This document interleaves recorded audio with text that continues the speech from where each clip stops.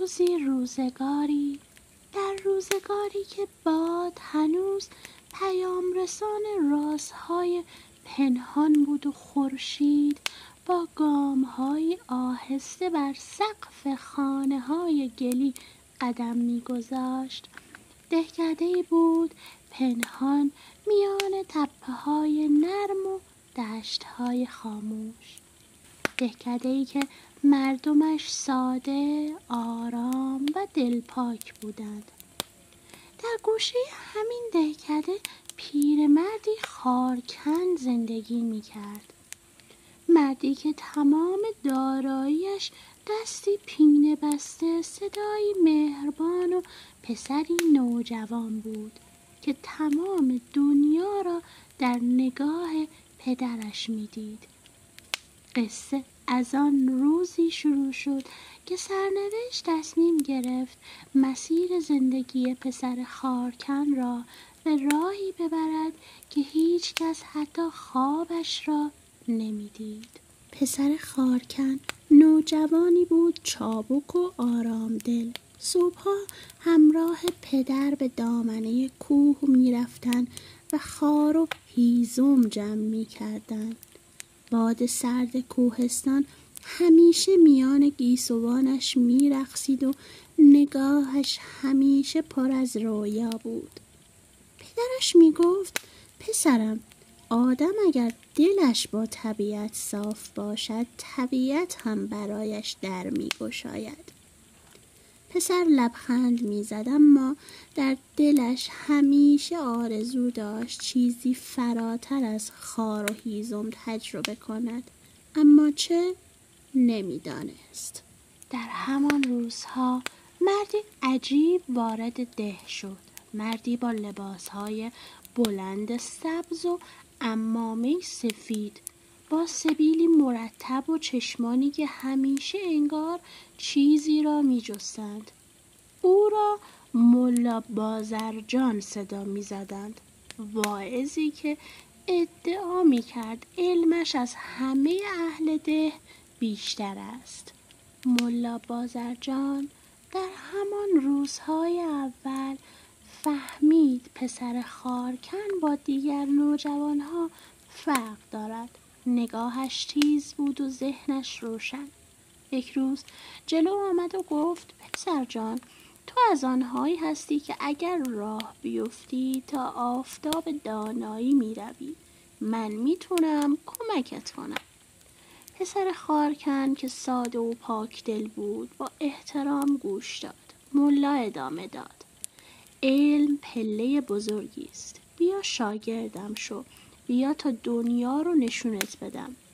پسر که همیشه دنبال راهی برای تغییر زندگیش بود پذیرفت. پدر هم با دلنگرانی اما با اعتماد گفت فرصت رو از دست نده پسرم. و اینگونه سرنوشت پسر خارکن به آرامی وارد جاده‌ای تازه شد. خانه ملا در گوشه‌ای دور از ده قرار داشت، میان چند درخت کهنسال که سایه‌شان همیشه سنگین بود. داخل خانه پر بود از کتاب، صندوقچه، دوات و کاغذهایی که روی هم انباشته شده بودند. پسر با شوق گفت ملا، همه اینها علمه؟ ملا خندید. نیمی علمه، نیمی هم راز. روزها گذشت. ملا خواندن، نوشتن و حساب رو به پسر آموخت. اما شبها گاهی درهای اتاقی پنهان بسته می شد و چراغی کم نور تا سحر روشن می موند. پسر بارها خواست دلیلش رو بدونه، اما ملا همیشه می گفت وقتش که بشه خودت می فهمی. تا اینکه یک شب ملا بازرجان پسر را صدا زد. پسر جان، وقتش رسیده که آزمایشت کنم. هر کسی که میخواد پا در راه دانایی بذاره باید از 3 کار بزرگ بگذره. اگر بتونی تو وارث علم من میشی. پسرم که کنجکاو شده بود و هم نگران پرسید چه کارهایی؟ ملا لبخندی زد، شبیه لبخند کسی که راز بزرگی رو پنهان کرده. 3 کار. 1. پیدا کردن آب چشمه ماهتاب. 2. آوردن سنگی که آواز میخونه. و 3. فهمیدن راز باد جنوبی. پسر با خود فکر کرد هر 3 غیر ممکنه، اما شاید ارزشش رو داشته باشه و اینگونه سفرش آغاز شد.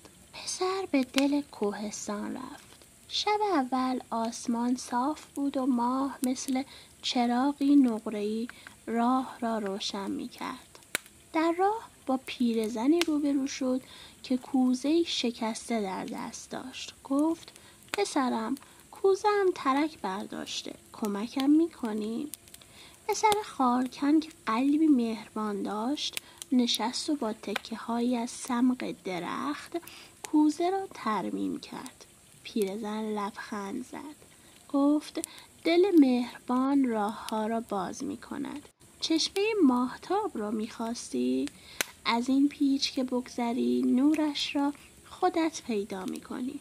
و درست همانطور شد. چشمه‌ای در دل سنگ‌ها می‌درخشید. آبی که انگار نور را در خودش حل کرده بود. پسر کمی آب با ظرفی کوچک برداشت و به راه افتاد. کار دوم سخت‌تر بود. در دره‌ای دور سنگی بود که گفته میشد شبها آواز می‌خواند. پسر روزها جستجو کرد و چیزی نیافت تا اینکه یک شب صدای آرامی شنید. آوازی مانند زمزمه‌ای از دل خاک. به صدا نزدیک شد و دید سنگی کوچک به اندازه مشت دست. سنگ به او گفت برداشتنم راحته، ولی شرطی دارم. مرا نه برای غرور که برای یاد گرفتن بردار. پسر گفت برای علم میبرم، نه برای فخر. سنگ آرام شد و اجازه داد با او برگردد. این کار سخت‌ترین 3 کار بود. باد جنوبی نه دیده میشد و نه شنیدنی بود، مگر برای دلهای صبور. پسر 3 روز و 3 شب بر تپه‌ای نشست و ساکت ماند. به آسمان نگاه کرد، به ابرها، به علفها. شب 4 صدایی مانند نفس کشیدن شنید.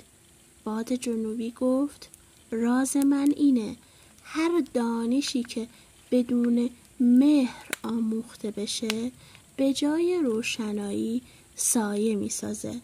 و پسر این جمله رو در دلش حک کرد. وقتی برگشت ملا بازرجان از خوشحالی نمیدانست چه کند.